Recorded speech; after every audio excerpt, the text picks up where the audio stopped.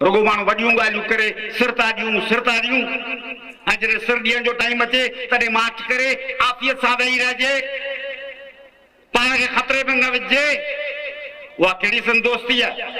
मां खावड़ी हलिया दुखाए धुआं सब्र जा सुआं ॾे चिताए दूर विया। अचो त हिन नंढड़ाइप मां निकिरूं, खसीस पणे मां निकिरूं, कूड़ मां निकिरूं, मकर मां निकिरूं, दोखे मां निकिरूं। पंहिंजे सब्ज़ गुलज़ार सिंध तारीख़ जे हिकु रोशन शाह वारी शाहराह वारी सिंध तंहिंखे हिकु नयूं जनम बख़्शूं, पाण इज़त सां हलूं। इज़त जहिड़ी शइ दुनिया में ॿी कहिड़ी आहे? पाण इज़त विञाए कूचड़नि जे अॻियां कुकड़ थियो, कंधे हेठि करियो, चोपड़ियूं लाहियो, रुगो खाधे में वाट खोड़े पिया आहियूं। अरे इज़त खां सवाइ जग में जीअण कहिड़ो? इज़त खां सवाइ वजूद जो जवाज़ कहिड़ो? गैरत खां सवाइ हलण कहिड़ो? कद हेठि हुजनि, वात में हलवो पियो हुजे, उहो हलवो त ज़हर आहे। ऐं पाण सभु माण्हू गॾिजी पऊं त पंहिंजूं टोपियूं हेठि हूंदियूं छा? कद झुकाइणो पवंदो छा?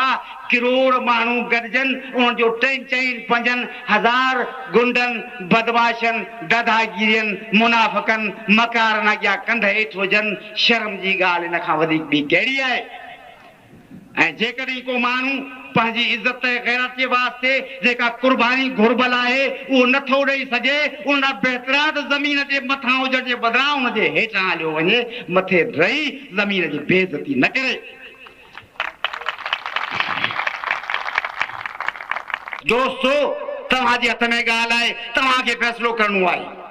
तव्हां क़ैद रहण घुरो था, तव्हां ठुश ठुश जा क़ैदी रहण घुरो था, तव्हां टके जे माण्हुनि जे हथ में टके जूं पिस्तोलूं ऐं खेॾणा तिन जे हथनि हेठि कंध हेठि करे रहणु चाहियो था, या तव्हां पंहिंजो इंसानी एज़ाज़, पंहिंजो शरफ़, पंहिंजी आज़ादी वरी बहाल करणु घुरो था?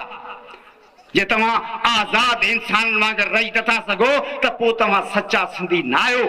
सिंधी थियण खां अॻु असांखे इंसान थियणो आहे, आज़ाद इंसान थियणो आहे, बाइज़त इंसान थियणो आहे, इज़त नफ़्स वारो इंसान थियणो आहे।